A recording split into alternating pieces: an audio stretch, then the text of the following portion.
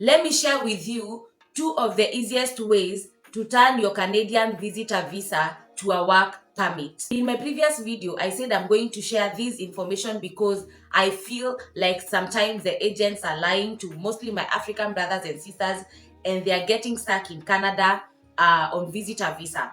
And as I said previously, you cannot work with a visitor visa in any country. It is not possible. And if you do that, it is actually, that's a very illegal thing to do. It might lead to a lot and lots of problems. So what I want to share with you today is how you can convert your Canadian visitor visa to a work permit and be able to work. And that is because it is very easy and very fairly priced to get a Canadian visa. It is a very cheap visitor visa, that is one.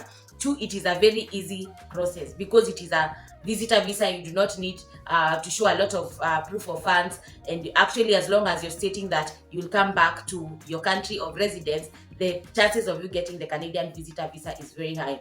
And that is why most agents lie to people and want to take as much money as they can, where they know once you get in Canada, you are in trouble. So I want to share with you ways, and that is two ways that I feel are the best ways that you can convert your Canadian visitor visa to a work permit. Before we move any further, remember to like this content, share with your friends who are looking for information to go or to move abroad. Remember to give me a like, to subscribe to this channel, turn in the notification bell so that anytime I post, you get an alert.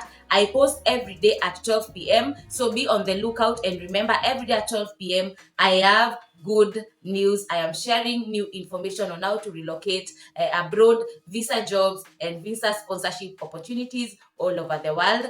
Guys, remember to subscribe. Remember to share this information with your friends. So the first thing you do is you learn and find a school. And what you do, most people will ask me, does that mean that you have to do a degree? But the answer is really no. It is not necessarily for you or a must for you to do a degree. You can do a certification.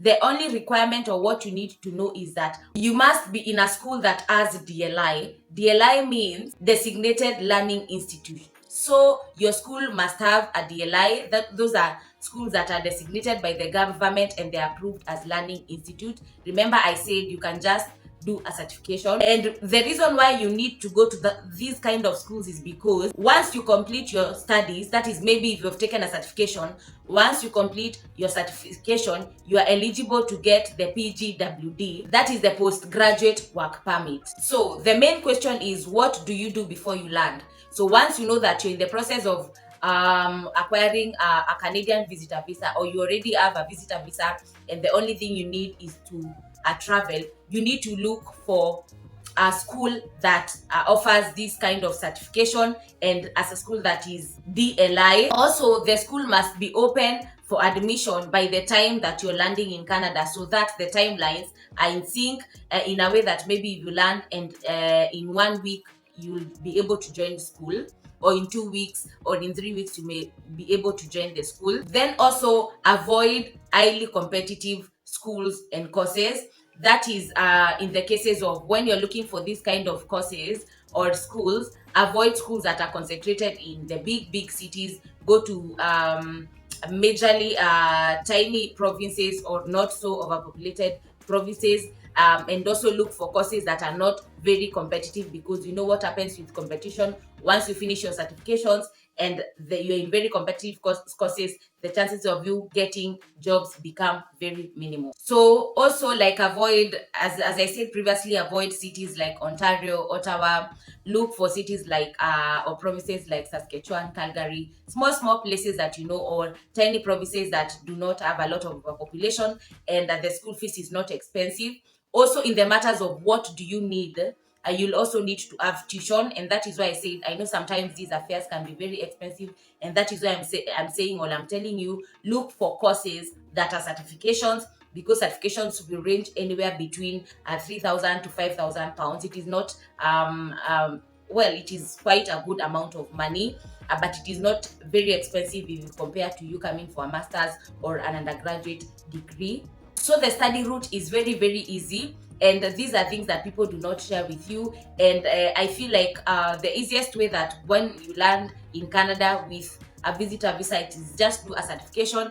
That way you get to the process of you getting a work permit. So what happens when you get your PGWT? You get a work permit, and with a work permit you can work and look for jobs all over the country, or actually even in the province where you are. And then after some time you can apply for CEC, that is the Canadian Work Experience. Then after having the Canadian Work Experience over a period of 1 or 2 years, you can apply for the Canadian PR, that is permanent residence. So that process is not very tedious. The only thing you need to know is you looking for colleges that are DLI, and then go to the PGWD step, then look for ways to finish your certification, get a work permit. Once you get a work permit, convert that to CEC. Once you have your CEC and you're working for maybe 1 or 2 years, you can always apply for the permanent residency. So it is as easy as that, really. Another easiest way is come with a skill that is in demand. I shared those kind of skills previously in a previous video, and I will link it up here so that you can see what maybe provinces like Saskatchewan have. But let me tell you, if there is a job that is very high skilled and very high in demand in Canada, is a truck driver. And that is what I want to be sharing with you, how to maneuver or how to move to Canada and come with a visitor visa and transition or transit from the visitor visa to having a work permit and a truck driver profession. There are really over 30,000 vacancies of truck drivers all over Canada, and for you to understand the dynamics of how and why the truck driving business or skill in Canada is very in demand. Canada is the largest second country in the world, and Canada has a population of over 40 million, and it is a very big country. The population is not quite high compared to how big in square kilometers Canada is. That is why the truck driver jobs are in demand, because the government or there are a lot of food needs to move from one province to another, and there are very big differences of kilometers and miles from one province to another. And now, with definitely looking at population of 40 million in such a big place, the aging population is very high, and sometimes some of these skills are not loved or preferred by locals too much. So you'll find that most of the locals that do not want to do these jobs of truck driving, and that is why you see a lot of success stories of people who moved from countries in Africa or Asia or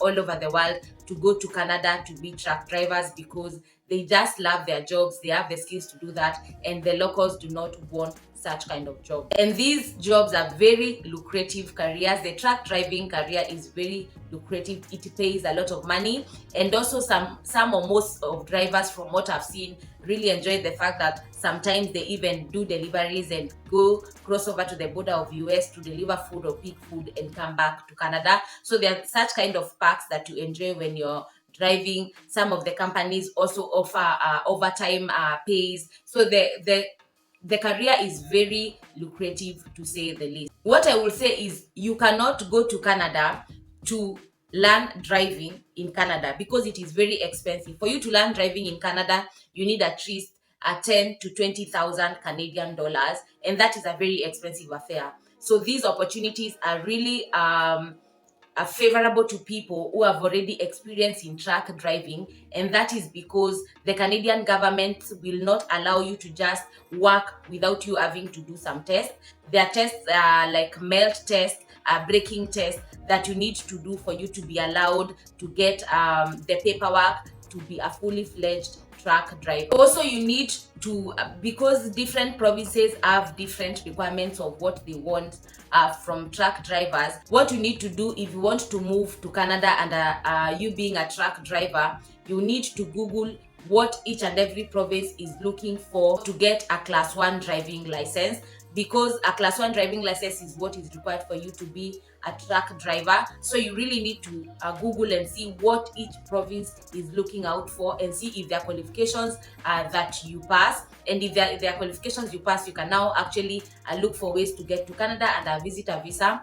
once you get there in that province, you can always do your MELT test. Looking at the testimonials and the research that I've done and what people are giving and sharing information on social media as truck drivers in Canada, they are saying that the truck drivers are one of the best skills that you can actually get your LMIA. And LMIA means Labor Market Impact Assessment. If you live in Canada, or if you're looking and if you want to go to Canada, you know how hard it is for you to get your LMIA, but it is very easy apparently for truck drivers because their skill is in very high demand in the whole of Canada. And I want to finish this video by saying, some of us most of the time are looking for these jobs.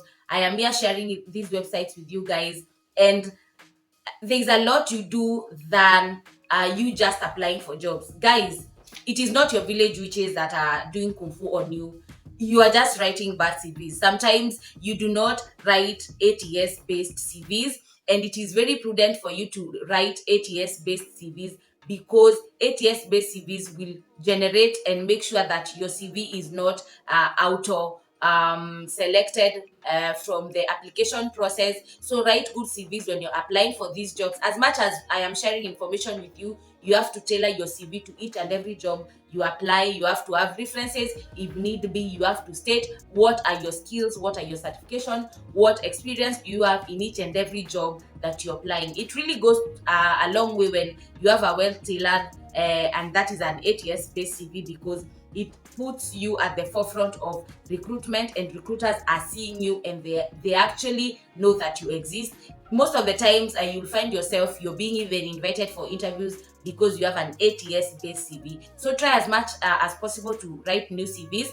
Remember guys to subscribe to this channel. I share videos every day at 12 p.m. Remember to share this content with all your friends who are looking for information to move abroad.